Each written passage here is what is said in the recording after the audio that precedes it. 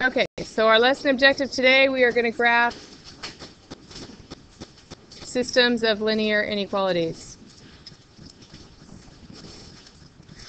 Okay, so when we did systems of linear equations, the solution was just a single point, right, where they intersected. When we have inequalities, an inequality has an infinite number of points that are solutions, and the same is true when we have a system, because there can be lots of numbers that'll work in both inequalities. So a single solution is still just an ordered pair that works in both inequalities.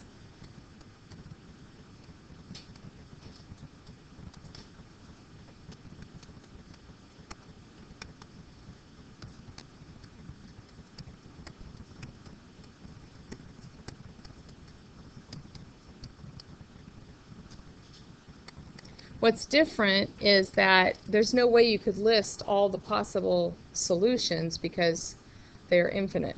And so to represent all the solutions, we graph it.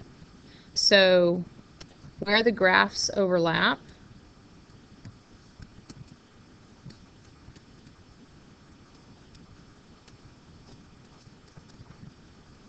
represents all the solutions to the system.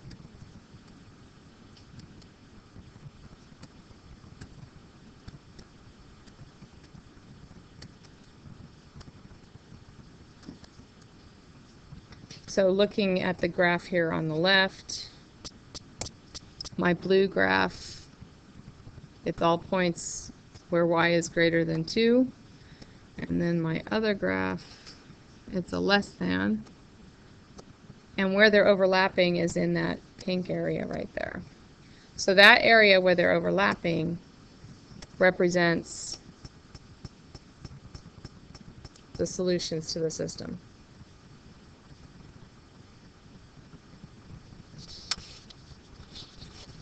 So you guys remember that from Algebra 1 pretty much? Rings a bell, hopefully.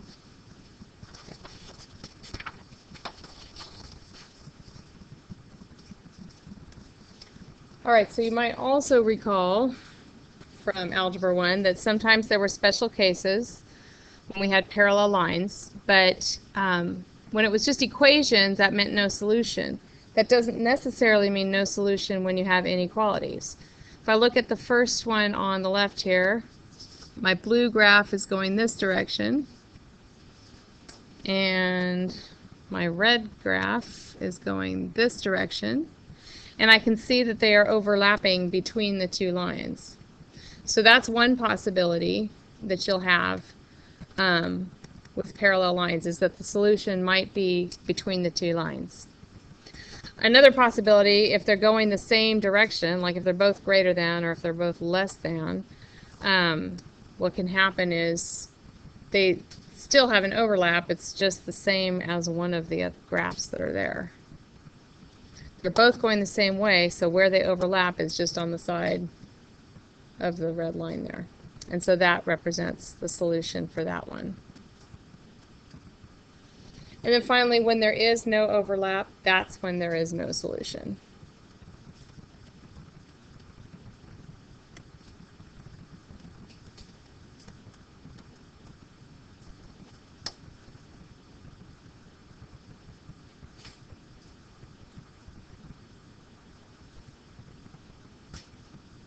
Any questions?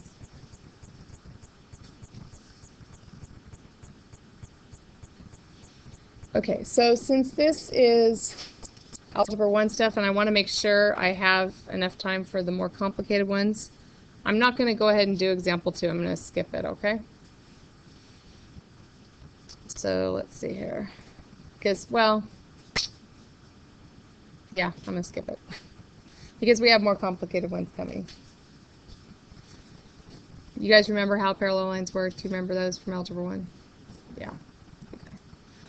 All right. So sometimes we're going to get some that are just a little different than anything you did in Algebra 1, but it's still the same idea. We just want to figure out where they're going to overlap. So if I have y is less than or equal to 3, Is that going to be horizontal or vertical?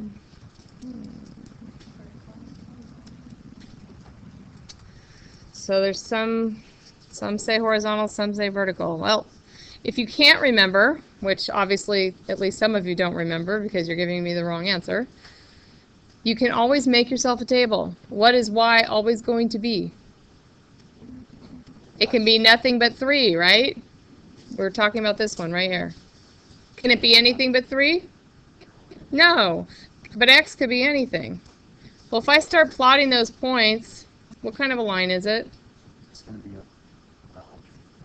It's horizontal. It is not vertical. Okay, and this one will be a solid line because it's less than or equal to. All right, so less than or equal to, is it going to be over the line or under the line? Under the line. So rather than shading everything, I just make myself arrows so I know which direction is going to be shaded, because really the only part that I care about on these is where they overlap. So rather than taking a bunch of time to shade both of them and then have it be hard to tell where the overlap is, you can just do that. Or you can use colored pencils if you want to use colored pencils. You can use a highlighter for the overlap, whatever you want to do. But personally, this is my method. Use it if you want to. Okay, so y is greater than the absolute value of x plus 4. So now we're going to graph that one. I'm going to do that one in a green line now. All right, so is there a k on this one? No, so k is 0. What's h going to be? -4. So am I going left or right? I'm going to the left. And the slope is still 1, so it's going to be just like the parent graph, just moved over 4 units to the left. So here's my vertex at -4, 0. And then I go up 1 over 1 on both sides. Now, is this one going to be solid or dotted? This one should be dotted because it's just greater than.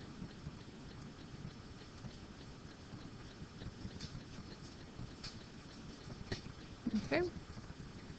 And it's greater than, so should it be over or under? Over.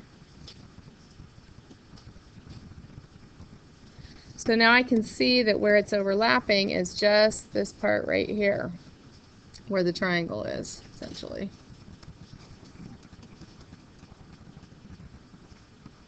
And so that would be my solution. Okay. Questions? Alrighty then. How about if you guys do this one on your whiteboards?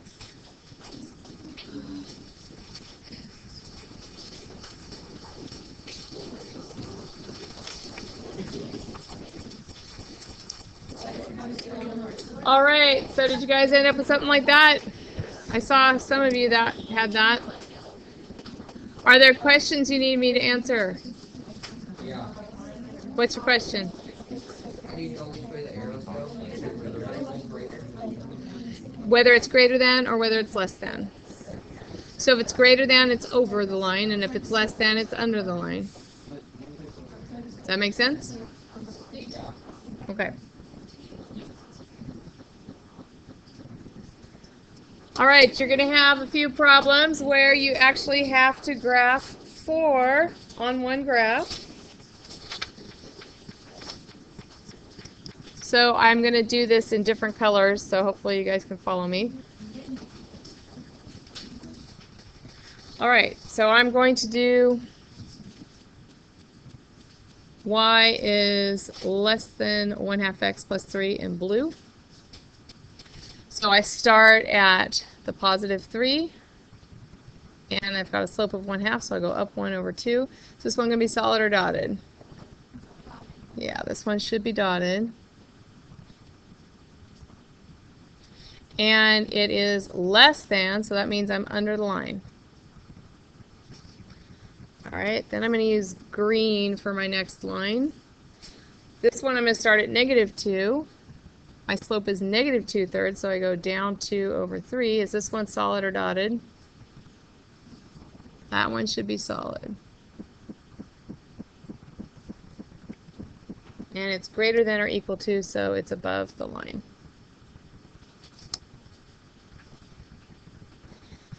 Next, I have x is greater than -3. Is this going to be horizontal or vertical? Vertical. That's a vertical one, yes. So we'll use purple for that one. All right, so -3, it's going to be dotted. Which side has the numbers that are larger than -3? To the right. To the right. And then finally, x is less than or equal to 4. Now I've got a solid line. The numbers that are less than are to the left. So I can see where it's overlapping is in the center. So I'll go ahead and fill that in.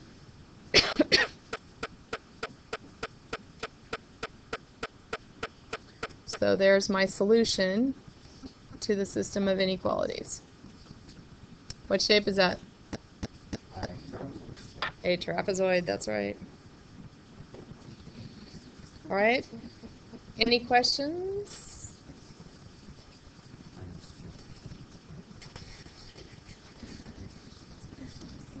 All right. All right, so on your whiteboards, I'm going to have you guys graph this system. If I were you, I would get them all into y equals mx plus b form first, though. So if you want to check to make sure you did that right before you graph them, you can show me what you have for the inequalities.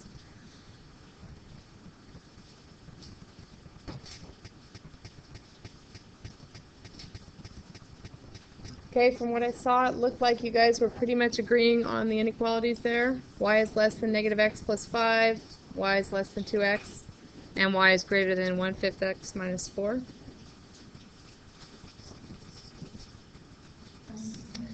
Okay, so you should have ended up with your graph looking something like that, and our solution would be in the center here. All right, any questions? All righty, that concludes the lesson.